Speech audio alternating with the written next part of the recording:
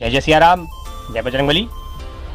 श्री हनुमान भक्ति दर्शन चैनल पर आपका हार्दिक अभिनंदन, स्वागत। सिद्धांश अग्रवाल हियर। श्री चार धाम यात्रा का शुभारंभ हो चुका है अक्षय तृतीया से। परसों भगवान केदारनाथ के कपाट खोले गए थे और आज श्री धाम श्री बद्रीनाथ जी के कपाट खोल दिए गए हैं और इसी के साथ चार धाम यात्रा का शुभारंभ हो गया है। गंगोत्री यमुनोत्री के तो कपाट होते ही नहीं है, वहाँ तो सीधे सीधे भगवान केदार की घाटी से, उनकी जटाओं से, भगवान शंकर की जटाओं से गंगोत्री की उत्पत्ति कह लीजिए और भगवान बद्री विशाल के चरणों से यमुनोत्री की उत्पत्ति कह लीजिए, तो वो इसके साथ साथ ही शुभारंभ हो जाता है। पुरातन काल में हमारे बहुत सुप्रसिद्ध तीर्थ स्थान, जिस प्रकार भारत में 11 ज्योतिर्लिंग है, उसी प्रकार ये चार धाम है हमारे।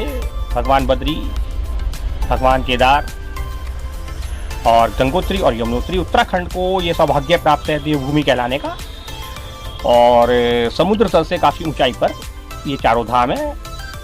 बड़ी कठिन यात्रा हुआ करती थी एक समय में। जैसे जैसे समय बदलता रहा, चार धाम यात्रा को सुगम बनाने का प्रयास जारी रहा। मनुष्य ने अपनी सुविधाओं के हिसाब से बिना किसी विचार के, जिस प्रकार जंगलों का कटान करके, पहाड़ों के टुकड़े करके, वृक्षों का उपभोग करके अपने लिए यात्रा को सुगम बनाने की चेष्टा की, वह निंदनीय कृत्य कहा जाएगा। आपके लिए हो सकता है सराहनीय हो, लेकिन हमारा चैनल वेदांत सम्मत व्याख्या करता है, तो हम श्री चार धाम यात्रा की भी वेदांत सम्मत बात आपको बताएंगे कि हम ऐसा क्यों कह रहे हैं। जितने जंगल काटे गए हैं आप जानकर हैरान रह जाएंगे इस यात्रा को सुगम बनाने के लिए। जबकि तीर्थ यात्रा, तीर्थ क्षेत्र है। एक और पंथ है जैन पंथ, जिसको कहा जाता है, आपने सुना होगा, है ना। उनके भी तीर्थंकर हैं, आप झारखंड में हैं, बहुत ही प्रसिद्ध सुप्रसिद्ध स्थान है वो।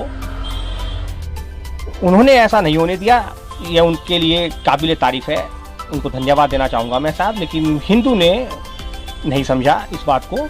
अपने तीर्थ क्षेत्र को अगर आप पर्यटन के क्षेत्र में बदल रहे हैं तो आप महाविनाश को आमंत्रित कर रहे हैं और ऐसा हो भी चुका है। और अब की बार तो देखिए, यात्रा के आरंभ में ही भगवान केदारनाथ ने एक बड़ा, कह लीजिए, संघारक संदेश दिया है ऐसा। वहाँ पर जो व्यक्ति जिनकी आकस्मिक हृदय विदारक मृत्यु हुई है केदार घाटी में, तो ये एक संदेश है भगवान केदार का सभी के लिए कि इस प्रकार की छेड़छाड़ ना करें और खास करके हवाई यात्रा, हवाई जहाज के जरिए, हेलीकॉप्टर के जरिए आप घाटी में उतरने की जो कुचेष्टा कर रहे हैं वह न करें।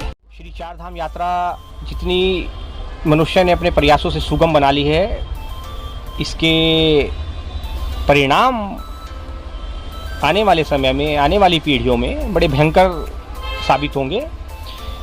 जिस जगह से मैं बैठकर देख रहा हूँ, जगह का मतलब ये नहीं कि मैं कुर्सी पर बैठकर उस चीज़ को देख रहा हूँ, नहीं, जिस जगह से मैं इन चीज़ों को देख रहा हूँ वहाँ हमारी आने वाली पीढ़ियाँ, हम भले ही आज अपने आप को मनुष्य कह रहे हैं, हमारे बच्चों के बच्चे, यानी कि हमारी तीसरी पीढ़ी हमें राक्षस कहेगी। आप ताज्जुब मानेंगे, आप हैरान रह जाएंगे इस बात को जानकर कि सिद्धांश अग्रवाल क्या बोल रहा है चैनल पर। नहीं भाई, मैं बिल्कुल पूर्ण सत्य बोल रहा हूँ आपको। आने वाली पीढ़ियाँ, जिस प्रकार हम अपने उनको कहते हैं, देखिए आप 70-75 साल पीछे जाइए तो अक्सर बहुत से आज भी अपने बुजुर्गों का सम्मान नहीं करते साहब, वो उनके लिए लानत भेजते हैं। तो इसी प्रकार से 20-30 साल बाद, ज़्यादा दूर नहीं जाने की आवश्यकता है, आने वाली पीढ़ियां हमें राक्षस कहेंगी। जो काम हमने श्री चार धाम यात्रा के लिए जाल बिछाया है, जिस प्रकार से 8 लाइन हम बना रहे हैं, सड़कों का जो जाल हम बिछा रहे हैं, और तबाही और बर्बादी का आलम साहब, आप जानकर हैरान रह जाएंगे। विश्व भर में 5वें नंबर पर है भारत जंगलों में, लेकिन जिस हिसाब से पूरे संसार भर में प्रति मिनट 1 मिनट में 10 फुटबॉल मैदान के बराबर जंगल काटे जा रहे हैं मनुष्य के द्वारा। धरती पर स्थान तो सीमित है ना। देखिए, दुर्भाग्य से भारत में प्रति मिनट 20 फुटबॉल मैदान के बराबर जंगल काटे जा रहे हैं और एक फुटबॉल मैदान की लंबाई चौड़ाई होती है 1.76 एकड़। जी हाँ, फिर से सुन लीजिए हमारे चैनल के माध्यम से, एक फुटबॉल मैदान की लंबाई चौड़ाई होती है 1.76 एकड़। अब आप कैलकुलेशन खुद कर लीजिएगा। इस कैलकुलेशन के लिए तो हमने आप चैनल लगाया नहीं है, वो तो आप खुद कीजिए। तो ये आलम है। चलिए, फिर भी जो हो रहा है साहब, क्योंकि संत शिरोमणि संत तुलसीदास जी कहते हैं सियार राम में सब जग जानी, तो भैया चिदांश अग्रवाल तो उन्हीं की बात को सर्वोपरि रखता है, सियार राम में सब जग जानी। तो हम बात कर रहे हैं चार धाम की। चार धाम की तीर्थ यात्रा पर जो भी सज्जन परिवार से परिवार निकल रहे हैं साहब, हमारे विकास नगर में एक बड़ा पुण्य तीर्थ क्षेत्र है जिसका नाम है श्री हनुमत धाम तीर्थ क्षेत्र। हमने अभी उसका नामकरण किया है, पहले उसको श्री हनुमत धाम का पुण्य प्रांगण कहते थे और मैंने उसका नाम साहब श्री हनुमत धाम तीर्थ क्षेत्र कर दिया है, क्योंकि पिछले 25 साल से अद्भुत कृपा है साहब वहाँ पर हनुमान जी की। जो वहाँ पर निवास करते हैं उनके लिए वो श्री हनुमत धाम एक तरह की यूटिलिटी है। यूटिलिटी का मतलब आप जानते हैं, जो दुर्गम क्षेत्रों में जाती है और ऊंचाई पर चढ़ती है। तो हनुमत धाम का पावन तीर्थ क्षेत्र उनके लिए यूटिलिटी है, जो वहाँ पर रहते हैं, जो उनकी देखभाल करते हैं। और मेरे जैसा बंदा जो कभी कभी वहाँ जाता है और हनुमत कृपा प्राप्त करता है, मेरे लिए साहब श्री हनुमत धाम तीर्थ क्षेत्र एक बोनस है। जैसे आपको डिविडेंड के ऊपर बोनस मिलता है, लाभांश के ऊपर लाभ मिलता है, ठीक उसी प्रकार से आप यहाँ पर आइए। यहाँ पर रात्रि विश्राम की व्यवस्था निःशुल्क है हमारे श्री हनुमत धाम तीर्थ क्षेत्र विकास नगर, और रात्रि विश्राम कीजिए आप और चारों धामों पर आप जाइए, सुखद अनुभूति आप लीजिए।